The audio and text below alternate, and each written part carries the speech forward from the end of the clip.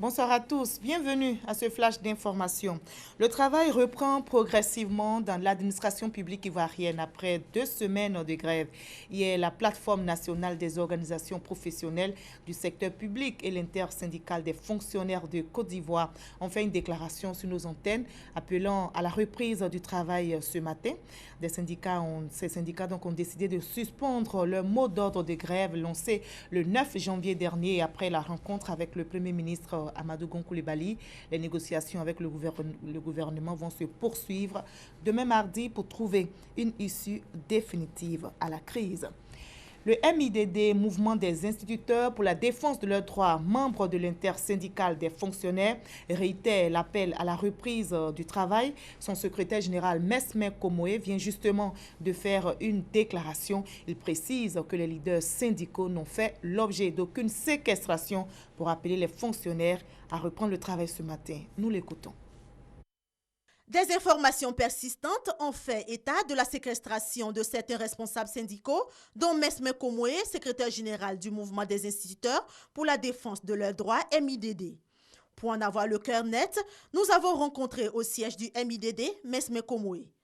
Hier, nous avions eu une rencontre avec son Excellence Monsieur le Premier ministre, consécutivement à l'appel du gouvernement à poursuivre les discussions et à trouver des solutions sur les 2 points qui font objet de mécontentement, à savoir la question des 150 points d'indice pour certaines catégories socio-professionnelles et la question du paiement du stock des arriérés.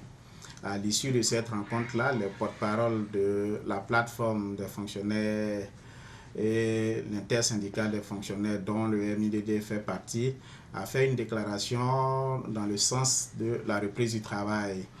Malheureusement, cette déclaration a été interprétée diversement, certaines personnes allant jusqu'à dire qu'elle a été sous des menaces et que nous serions séquestrés. Je voudrais rassurer les uns et les autres qu'il n'en est rien du tout, nous ne sommes pas séquestrés. C'est juste pour donner cette chance au dialogue de reprendre que nous avons produit cette déclaration-là. À cet effet, il réitère l'appel de son mouvement à la reprise des cours. Beaucoup de nos camarades ne nous ont pas vus apparaître à la télévision pour un problème de cadrage. Je confirme que nous y étions. Et donc la décision de la reprise du travail est une décision collégiale. C'est une décision que nous avons ensemble partagée. Donc nous appelons l'ensemble de nos camarades effectivement à la reprise du travail et à l'effet de donner une chance, n'est-ce pas, à ces discussions que nous avons engagées, de se tenir dans des conditions très apaisées. Les fonctionnaires ivoiriens en grève depuis le 9 janvier ont cessé leur mouvement ce dimanche après plusieurs négociations avec le gouvernement. Les fonctionnaires à l'intérieur du pays ont-ils repris le service ce matin après cet appel des syndicats? Quelle était la situation donc dans les établissements scolaires, notamment à Man, Bongolo et Boaké? Nos reporters ont fait le constat. Certains enseignants n'étaient pas à leur poste. Conséquence, la reprise n'était pas effective. Des élèves mécontents ont donc manifesté pour demander à tous les enseignants de reprendre la craie afin de sauver l'année scolaire. Nous en reparlerons à 20 h. Afrique, protégeons notre développement. Ce sujet est évoqué au 4e Salon international défense-sécurité ouvert ce matin ici à Abidjan. Plusieurs pays africains participent à ce salon. Leur intention est de travailler de concert afin de maintenir et rétablir la sécurité sur le continent africain. La Gambie attend le retour du président élu Adama Barrow 2 jours après le départ en exil de Yaya Jammeh. L'ancien président gambien se trouve actuellement en Guinée équatoriale alors que Adama Barrow est toujours au Sénégal. Aucune date n'a encore été annoncée pour son retour, mais selon ses proches, le président élu attend que la situation en Gambie se stabilise afin de regagner le palais. Il a donc demandé le maintien des troupes de la CEDEAO pour garantir la sécurité et la paix dans son pays, en Gambie. Ailleurs en France, le 2e tour de la primaire à gauche opposera Benoît Hamon, arrivé en tête devant Manuel Valls, qui se retrouve désormais en position de challenger. Au-delà du nom de candidat, l'enjeu est un choix entre 2 orientations pour le Parti socialiste. Manuel Valls n'a donc pas d'autre choix que de se montrer offensif.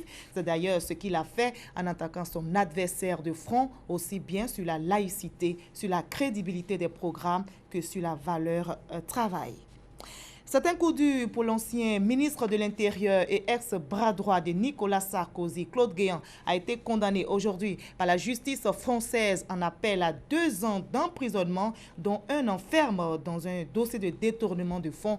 La Cour d'appel de Paris a durci la condamnation en première instance qui était de 2 années d'emprisonnement avec sursis. Mais Claude Guéant n'entend pas du tout se laisser faire. On va terminer par la CAN 2017 qui se poursuit bien sûr au Gabon. Les matchs de ce lundi opposent tout à l'heure donc le Sénégal à l'Algérie à Franceville et après nous aurons le Zimbabwe et la Tunisie à Libreville. Je rappelle pour préciser que ces 2 matchs se jouent en même temps à 19h et ce sera sur les antennes du groupe RTI 1. Je vous retrouve à 21h15 pour le reste de l'actualité.